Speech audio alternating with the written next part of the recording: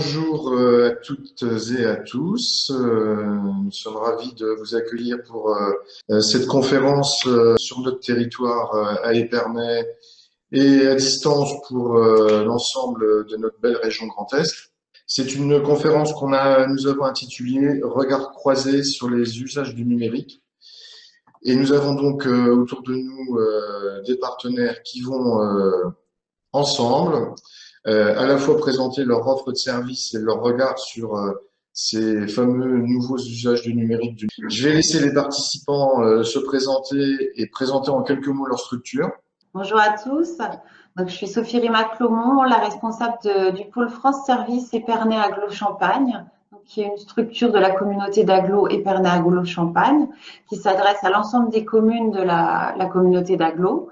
Donc, nous proposons un accompagnement administratif et social des usagers dans toutes les questions de la vie quotidienne. Donc, ça peut aussi bien être des questions de santé, de handicap, de recherche d'emploi, plus du côté Pôle emploi, inscription sur le site et le suivi de dossier sur le site.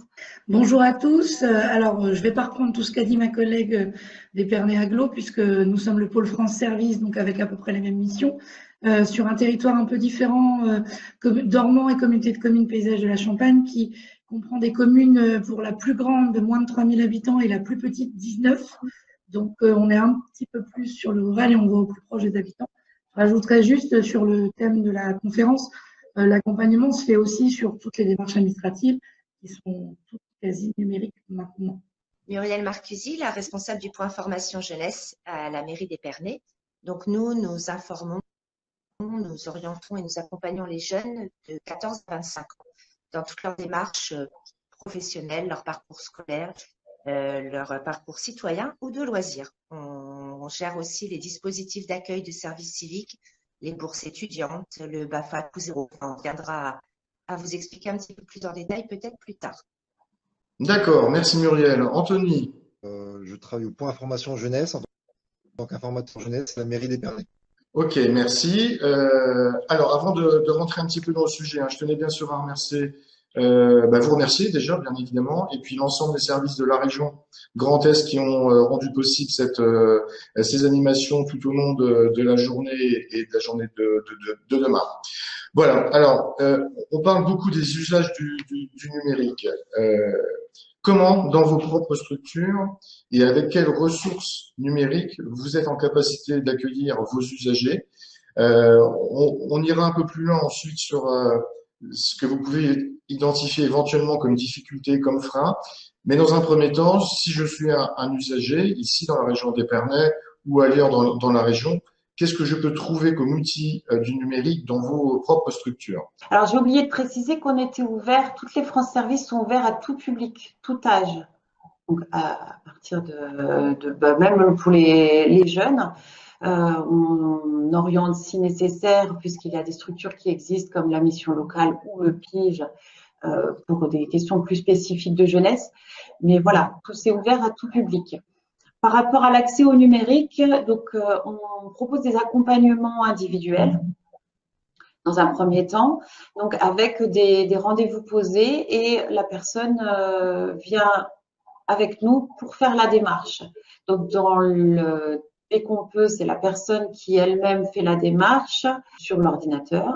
On a une salle informatique qui est mise à disposition des publics, donc pour les accompagnements guidés ou pour une utilisation en libre accès.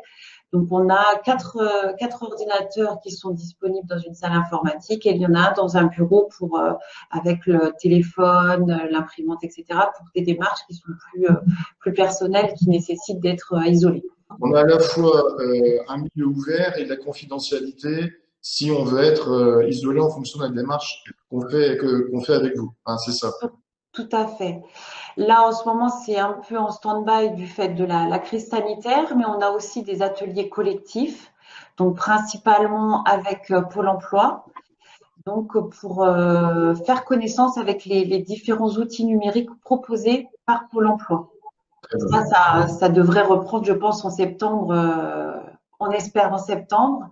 Et puis, dans les projets à venir, des ateliers collectifs vont être proposés, donc d'initiation à l'informatique, de perfectionnement. On aimerait bien aussi mettre en place, on va proposer ça, des accompagnements individuels du type proposé par la médiathèque. Les médiathèques d'Épernay proposent ce principe-là, des accompagnements individuels, donc en fonction des besoins de la personne, suivant son niveau. Et ça s'appelle j'emprunte, à Épernay, ça s'appelle j'emprunte un intervenant numérique ou quelque chose comme ça dans les médiathèques. On va rejoindre ce principe-là. Alors Sandrine, j'avais envie de te demander un petit peu l'équivalent, avec d'autant plus sur ton territoire un caractère rural qui fait que la structure s'est adaptée à ça, c'est bien ça? C'est ça. Alors, je vais pas reprendre pareil les accompagnements en général France Service, parce que Sophie les fait déjà. Après, chaque territoire a sa particularité. Nous, la particularité, c'est qu'on a une permanence sur la grosse commune de Dormans, 29 heures semaine, mais que je pars aussi en itinérance sur 3 communes. Comme notre territoire est très étendu, on a pris un peu les pôles, les extrémités. Donc, 3 heures par semaine, je fais une permanence au plus près de la population. Alors, on s'adapte. Là, c'était ce dispositif-là pour le moment. On réfléchit aussi en fonction des demandes et des besoins du public. Et il y a dans chaque lieu où je me présente une salle libre accès avec un ordinateur, imprimante, scanner. Donc pour les personnes autonomes, effectivement, elles peuvent se débrouiller. Pour les autres, on peut les accompagner. On fait également, nous, sur notre structure, des accompagnements sur l'utilisation en individuel des applications. Pôle emploi, CAF, CARSAT, pour que les gens soient de plus en plus autonomes sur des démarches ponctuelles. Alors pour Épernay, cette fois-ci, on est plutôt en secteur urbain. Muriel Anthony, qu'est-ce que vous avez donc dans votre valise pour proposer aux personnes qui viennent chez vous? Nous, ça rejoint beaucoup ce que proposent nos collègues qui viennent de s'exprimer, sauf que notre cible, effectivement, c'est plutôt les 14-25 ans. Donc, on dit d'une grande salle d'accueil dans laquelle il y a 2 ordinateurs ainsi que 4 tablettes pour avoir accès au numérique.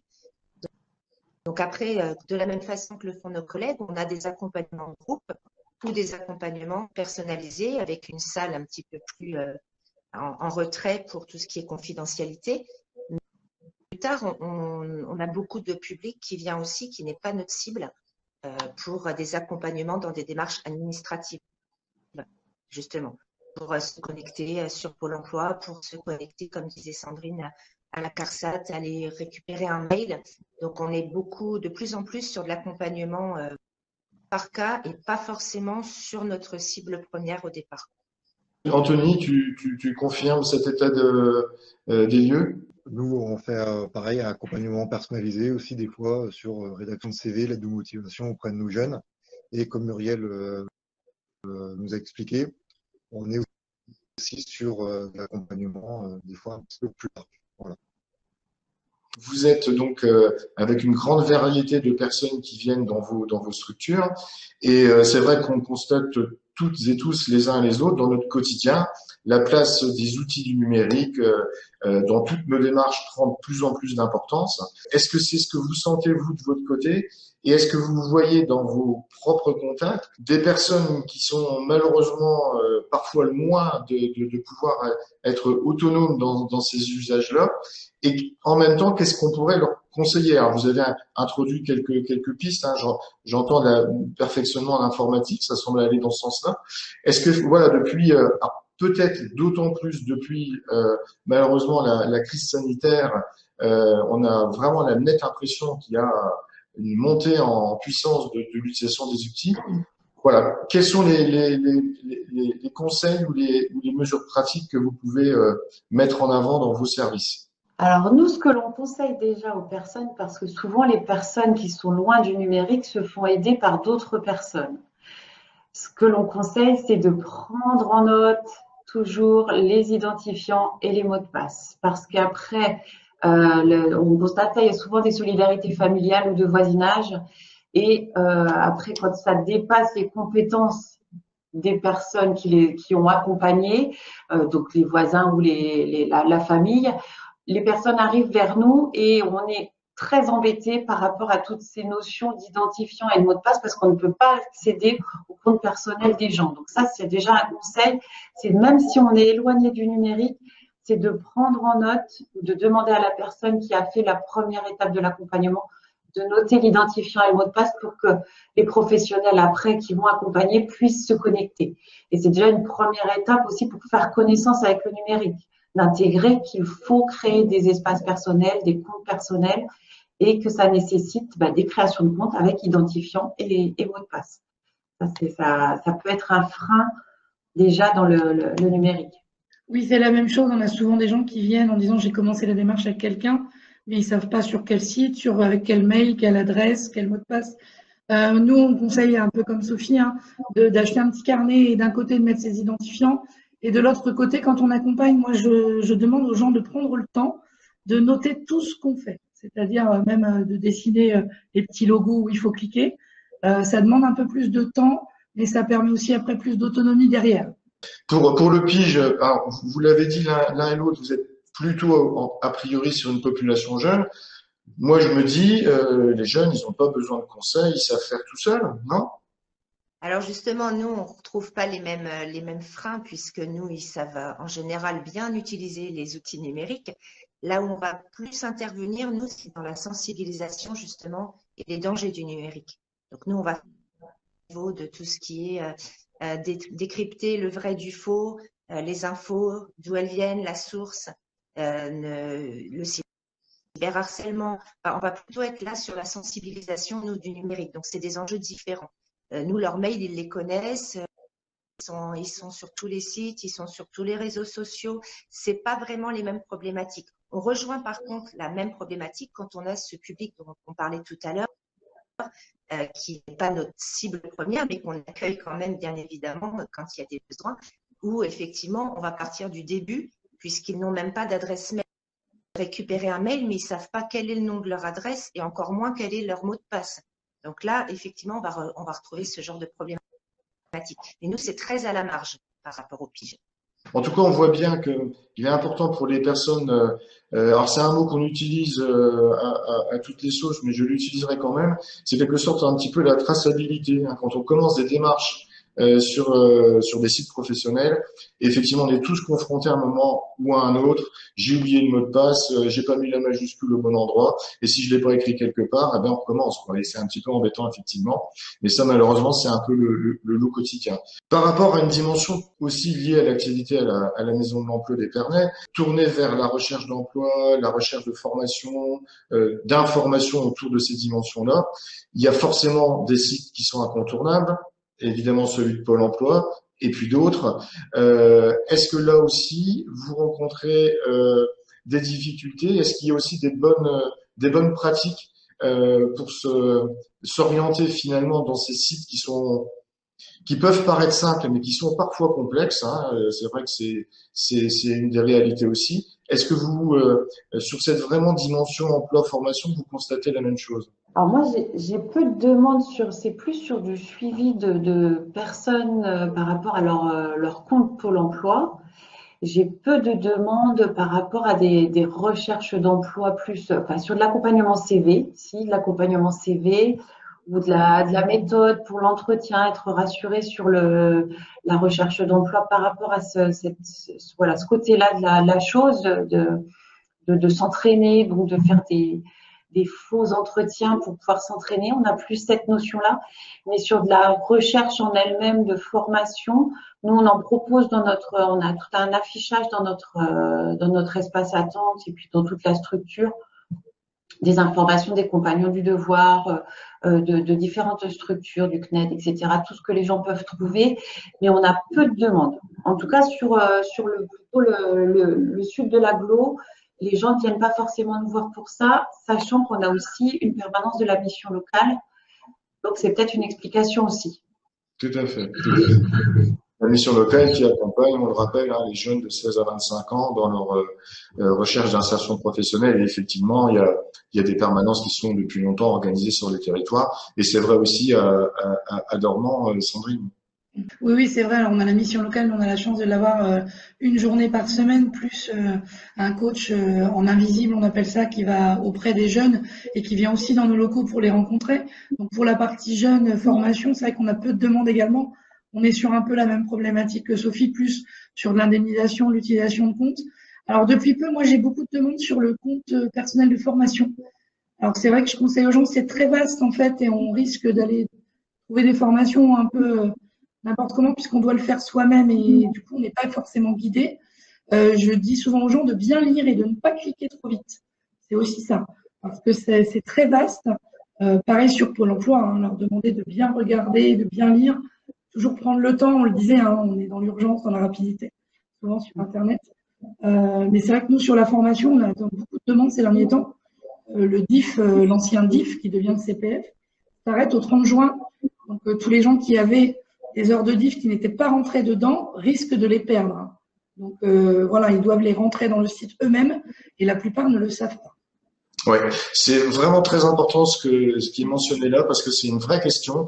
Le compte personnel de formation, c'est un vrai progrès social, hein, je pense qu'on peut le dire comme ça. C'est un vrai outil à disposition de chacun d'entre nous pour progresser dans sa carrière professionnelle, pour monter en compétences. Et effectivement, comme tu dis fort justement, on ne doit pas oublier qu'on a des heures à convertir, hein, les fameuses heures de l'ancien DIF, qu'il faut le faire, hein, puisque ça permet évidemment par la suite d'avoir la possibilité d'avoir des parcours de formation plus longs. Donc voilà une solution très concrète. Oui, tu voulais dire. Si je peux ajouter aussi, nous en milieu rural, le compte personnel de formation peut servir aussi à financer un permis de conduire. Je prends l'exemple d'un monsieur que j'ai reçu il y a 2 jours qui n'avait pas rentré ses heures de DIF, donc quand on a créé l'espace compte personnel de formation, et en les rentrant, il a eu 1 800 € de débloqué, ce qui lui permet de payer intégralement son permis. Donc voilà des usages du numérique très concrets, hein, on peut vraiment le dire, hein, avec une démarche qui est certes rigoureuse à mettre, mais qui derrière peut débloquer des situations. Et le permis, bien sûr, c'est un des facteurs pour trouver une insertion professionnelle durable. C'est la même chose à Épernay, Anthony, Muriel? Nous, à Épernay, donc du coup, le public jeune, il a au niveau informatique, il est assez à l'aise, notre public. Mais par contre, on a remarqué que, et de la bonne information, il y avait une petite problématique, c'est-à-dire qu'ils prenaient les premiers sites où ils n'allaient pas vraiment au bout de leur recherche et du coup, ils avaient des fois pas la bonne information. Et du coup, on les accompagne aussi à voir, avoir les bonnes infos, les bons, tout ce qui tourne autour de la recherche. Finalement, c'est susciter la curiosité aussi, hein, se dire, alors souvent on a on a des annonces publicitaires, hein, en début de recherche sur les outils qu'on connaît bien. Donc voilà, c'est un message. Aller plus loin quelque part dans la recherche et puis n'hésitez pas à vous faire conseiller finalement parce que vous êtes là pour ça. Oui, tout à fait, mais sachant en plus que la problématique avec les jeunes, qu'on voit de plus en plus, c'est qu'ils ne vont pas chercher leurs données. Il faut vraiment, on développe le aller vers. Donc, il y a un réel besoin d'accompagnement parce que même sur les pratiques numériques, ils ont besoin d'être aidés. Et donc, au quotidien, c'est ce qu'on peut trouver moi, ce que je retiens aussi, hein, dans vos structures, cette aide au quotidien. Peut-être vous pourrez dire, vous êtes ouvert donc avec des horaires que vous avez indiqués tout à l'heure. Est-ce qu'il vaut mieux parfois prendre rendez-vous si on veut aller un peu plus loin dans une démarche? Est-ce qu'on passe et finalement on attend quand vous êtes disponible s'il y a des personnes? Quelle est la meilleure formule pour pouvoir avoir le meilleur service dans vos structures? Sophie? Alors nous, on est ouvert du lundi au vendredi de 8h30 à 12h15 et de 13h45 à 17h tous les jours, actuellement uniquement sur rendez-vous. On a observé d'ailleurs un meilleur confort parce que les personnes nous appellent pour prendre rendez-vous. On commence l'accompagnement à partir de cet appel puisqu'on commence déjà à creuser la question et à préciser les documents nécessaires pour telle ou telle démarche ou justement ces histoires d'identifiant et de mot de passe. Et ça permet de préparer l'entretien. Alors, bien sûr, si une personne se présente spontanément, si on est disponible, on reçoit la personne. C'est pas limitatif. Et actuellement, avec la situation actuelle, on est uniquement sur du rendez-vous. Ça nous convient très bien. On va revenir aussi quand même à des accueils une demi-journée en accès libre. D'accord. Un quelques mots pour Dormant et Épernay. Dormant, nous, pareil, hein, on accueille uniquement sur rendez-vous pendant la crise sanitaire. Donc, comme dit Sophie, il vaut mieux appeler avant, comme ça on prend le temps de préparer le rendez-vous. Sur les permanences extérieures, effectivement, rendez-vous uniquement également, puisqu'on se déplace sur toute la communauté de communes. Mais effectivement, on prend sur flux. Mais c'est plus confortable et pour l'usager et pour nous, et on peut aussi quantifier la durée du rendez-vous. Alors nous, au niveau du PIGE, là, pour le coup, les jeunes, nous, les rendez-vous, c'est assez compliqué parce qu'un jeune, quand il a besoin de quelque chose, c'est tout de suite. Donc, on s'adapte et donc nous, c'est ouvert de 13h30 à 17h30 tous les après-midi en ce moment. Donc là, ils viennent quand ils le souhaitent. Après, quand c'est pour un rendez-vous vraiment avec une mission cible, là, on va prendre quand même un rendez-vous puisqu'on est beaucoup dans l'accompagnement, à la recherche de formation, à la recherche d'alternance. Ça prend beaucoup de temps. Donc là, on va leur demander un rendez-vous pour vraiment pouvoir les accompagner au mieux. Une autre question ou plutôt suggestion, hein, on nous dit qu'il y a beaucoup de salons virtuels qui sont aujourd'hui utilisés pour l'accès à l'emploi. On retrouve des job dating, des conférences sur l'orientation, etc. Vous passez l'information dans votre quotidien sur ces outils-là qui sont de plus en plus utilisés. On a un système d'affichage sur le Facebook de la structure et les réseaux sociaux. Oui, tout à fait. Pareil, on transmet les informations de nos partenaires qui nous les font parvenir au quotidien. Encore une fois, on peut redire que au-delà de vos propres missions sur vos territoires, vous travaillez en réseau avec les structures notamment liées à l'emploi et à la formation. On l'a dit, Pôle emploi, l'acteur majeur, la mission locale pour les plus jeunes, Cap emploi pour les personnes en situation de handicap et l'ensemble des dispositifs qui peuvent exister. Donc encore une fois, moi ce que je retiens, c'est qu'effectivement là, vous rendez vraiment un service au quotidien. Je crois que j'insiste beaucoup sur cette notion-là. Vous travaillez en réseau, vous travaillez avec des partenaires. Et chacun et chacune d'entre nous peut trouver effectivement sur nos territoires des outils en termes d'information. Il me reste à vous remercier à nouveau vivement, Sophie, Sandrine, Anthony et Muriel pour votre participation. On sait qu'on peut trouver des bons conseils dans vos structures et encore une fois, n'hésitez pas à solliciter les structures qui accompagnent sur les territoires.